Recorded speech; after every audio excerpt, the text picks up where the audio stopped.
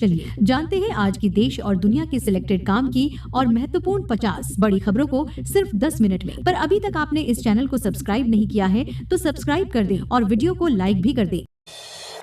रक्षा मंत्री राजनाथ सिंह ने दिल्ली में उच्च स्तरीय बैठक की। बैठक में तीनों सेनाओं के प्रमुख और सीडीएस मौजूद रहे। पश्चिम एशिया के हालात और भारत की सैन्य तैयारियों की समीक्षा की गई और रक्षा मंत्री ने सेनाओं को सतर्क रहने और जरूरत पड़ने पर तुरंत कार्रवाई के निर्देश दिए।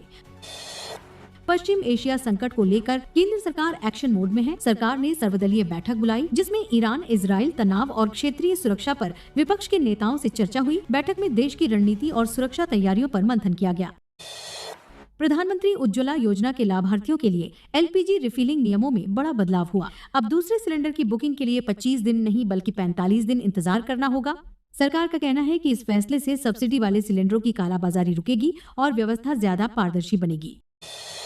प्रधानमंत्री नरेंद्र मोदी ने पश्चिम एशिया के हालात पर राज्यसभा को संबोधित किया। उन्होंने कहा कि संकट का असर भारत पर भी दिख रहा है। व्यापार के रास्ते प्रभावित हैं और गैस, तेल व यूरिया की नियमित सप्लाई पर दबाव बना हुआ है।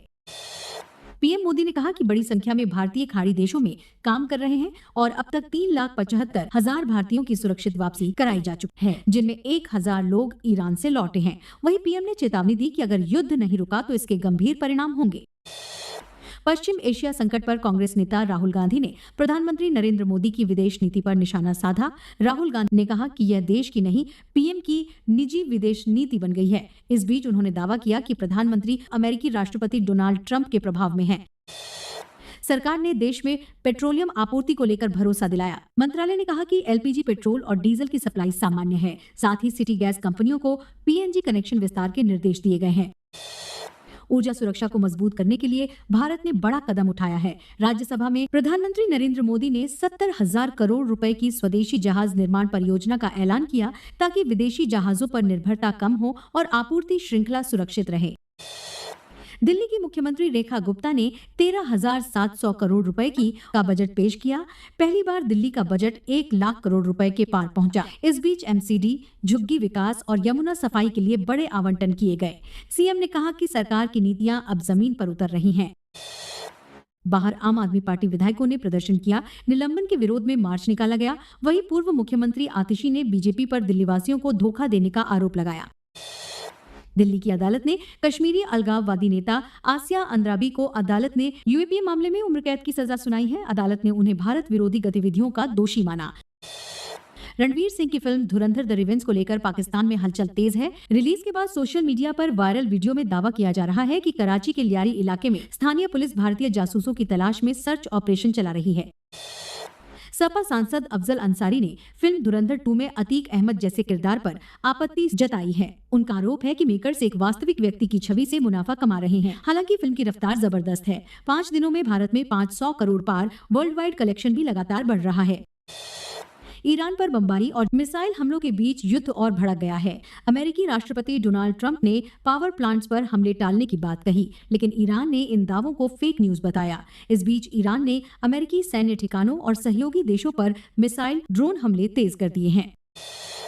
बजट सत्र के दौरान केंद्र सरकार महिला आरक्षण कानून लागू करने की दिशा में कदम बढ़ा सकती है। परिसीमन से पहले कानून प्रभावी बनाने पर मंथन जारी है। विपक्ष ने सर्वदलीय बैठक की मांग की है और कहा है कि चर्चा विधानसभा चुनावों के बाद हो। बंगाल चुनाव में असदुद्दीन ओवैसी की पार्टी और हुमायूं कबीर की पार्टी के बीच गठबंधन तय माना जा रहा है। कोलकाता में औपचारिक ऐलान होगा। वहीं दोनों दलों ने मिलकर चुनाव लड़ने का संकेत दिया है।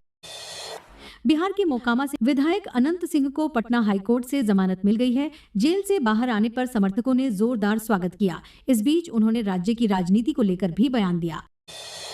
तमिलनाडु में एनडीए का सीट शेयरिंग फॉर्मूला तय हो गया है। ऑल इंडिया अन्ना द्रविड़ मुनेत्र कड़गम सबसे ज्यादा सीटों पर चुनाव लड़ेगी, जबकि भारतीय जनता पार्टी समेत सहयोगी दलों को भी हिस्सेदारी मिली है। पंजाब सरकार ने कैबिनेट मंत्रियों के विभागों में फेरबदल किया है। लालजीत भुल्लर के इस्तीफे के बाद विभाग अन्य मंत्रियों को सौंपे गए। इस बीच वित्त मंत्री हरपाल चीमा को ट्रांसपोर्ट विभाग और डॉक्टर रवजोत सिंह को जेल विभाग की जिम्मेदारी मिली है। पुडुचेरी चुनाव के लिए द्रविड़ मुनेत्र कड़गम ने उम्मीदवारों की सूची जारी कर दी है। पार्टी सीमित सीटों पर चुनाव लड़ेगी और पिछले प्रदर्शन को दोहराने की कोशिश में है। प्रयागराज के फाफामू में बड़ा हादसा हुआ। सपा नेता अंसार अहमद के कोल्ड स्टोरेज में अमोनिया टैंक फटने से इमारत ढह गई। हादसे में 5 मजदूरों की मौत और 12 लोग गंभीर घायल हुए। इस दौरान पुलिस ने अंसार अहमद और उनके बेटे को हिरासत में लिया। इस बीच प्रधानमंत्री नरेंद्र मोदी और मुख्यमंत्री योगी आदित्यनाथ ने मृतकों के परिजनों को 2-2 लाख और घायलों को 50,000 मुआवजे देने का ऐलान किया। एलपीजी संकट के बीच गैस एजेंसियों के बाहर लोगों की लंबी कतारें लगातार बढ़ रही हैं। यूपी के नोएडा में सुबह होते ही लोग सिलेंडर लेने के लिए लाइन में लग गए। रोजाना 300 से 400 लोग गैस के इंतजार में खड़े दिखाई दे रहे हैं। अहमदाबाद समेत गुजरात के कई शहरों में पेट्रोल और डीजल की कमी की अफवाह से भारी अफरा तफरी मच गई। पेट्रोल पंपों पर गाड़ियों की लंबी कतार लग गई। हालांकि राज्य सरकार ने साफ किया है कि ईंधन का पर्याप्त भंडार मौजूद है और लोगों से अफवाहों पर ध्यान न देने की अपील की गई है। वहीं राजस्थान के जालौर में भी पेट्रोल पंप बंद होने की अफवाह के बाद कुछ ऐसा ही मंजर देखने को मिला। मिडिल ईस्ट युद्ध के बीच भारत के लिए राहत की खबर आई है। स्टेट ऑफ हॉर्मुज से 2 भारतीय जहाज सुरक्षित निकल आए हैं। 26 से 28 मार्च के बीच इनके भारतीय बंदरगाह पहुंचने की उम्मीद है। ये टैंकर 92,000 मीट्रिक टन से ज्यादा एलपीजी लेकर आ रहे हैं। ईरान से बातचीत के मुद्दे पर अमेरिकी राष्ट्रपति डोनाल्ड ट्रंप अपने रुख पर कायम हैं। ईरान के इनकार पर उन्होंने तंज कसते हुए कहा कि वहां के विदेश मंत्रालय को अपनी पीआर टीम बदलनी चाहिए। अमेरिका और इजरायल की बमबारी से ईरानी नेतृत्व में समन्वय की कमी दिख रही है। इजरायल के प्रधानमंत्री बेंजामिन नेतन्याहू ने ट्रंप के बयान का समर्थन किया है। उन्होंने कहा कि समझौते की संभावना जरूर है, लेकिन इजरायल अपने सैन्य लक्ष्य का हासिल करने तक हमले जारी रखेगा और ईरान और हिजबुल्लाह के ठिकानों पर कार्रवाई लगातार जारी है। आर्थिक मोर्चे पर शेयर बाजार मजबूती के साथ बंद हुआ। सेंसेक्स और निफ्टी करीब 2% चढ़े। वहीं डॉलर के मुकाबले रुपया 35 पैसे गिरकर 93.88 पर पहुंच गया। विशेषज्ञों के मुताबिक डॉलर की मजबूती और कच्चे तेल की ऊंची कीमतें दबाव बना रही हैं। लेबनान में इजराइल और हिजबुल्लाह के बीच संघर्ष और तेज हो गया है। इजराइल डिफेंस फोर्सेस दक्षिण लेबनान में हिजबुल्लाह के बीच ठिकानों को लगातार निशाना बना रही है। इस बीच हवाई हमलों के बाद कई इलाकों में धुएं का गुब्बार देखा गया।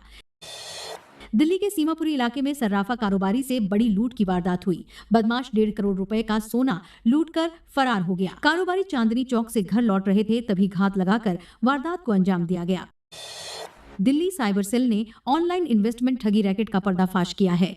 11 आरोपियों को गिरफ्तार किया गया, जो ऊंचे रिटर्न का झांसा देकर लोगों को ठगते थे। एक बुजुर्ग से 22,67,000 रुपए की ठगी सामने आई है। आईपीएल से जुड़ी बड़ी खबर सामने आई है। श्रीलंका के खिलाड़ी दासुन शनाका को राजस्थान टीम में शामिल किया गया है। वह टोटल खिलाड़ी की जगह टीम से जुड़े हैं। दिल्ली टीम के कप्तान अक्षर पटेल ने इम्पैक्ट प्लेयर नियम पर सवाल उठाए हैं। उनका कहना है कि इस नियम से ऑलराउंडर खिलाड़ियों के करियर पर असर पड़ता है। यह नियम 2023 से लागू है और 2027 तक जारी रहेगा।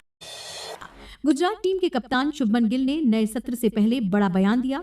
उन्होंने कहा कि उनके खेल में दिखने वाला धैर्य आत्मविश्वास से आता है और टीम का माहौल उन्हें बेहतर प्रदर्शन के लिए प्रेरित करता है। भारतीय शतरंज खिलाड़ी कोनेरू हेम्पी ने कैंडिडेट्स टूर्नामेंट से नाम वापस ले लिया है। उन्होंने कहा कि युद्ध जैसे माहौल में शांतिपूर्वक खेलना संभव नहीं। फुटबॉल स्टार क्रिस्टियानो रोनाल्डो ने हैमस्ट्रिंग चोट के बाद फिटनेस को लेकर सकारात्मक संकेत दिए हैं।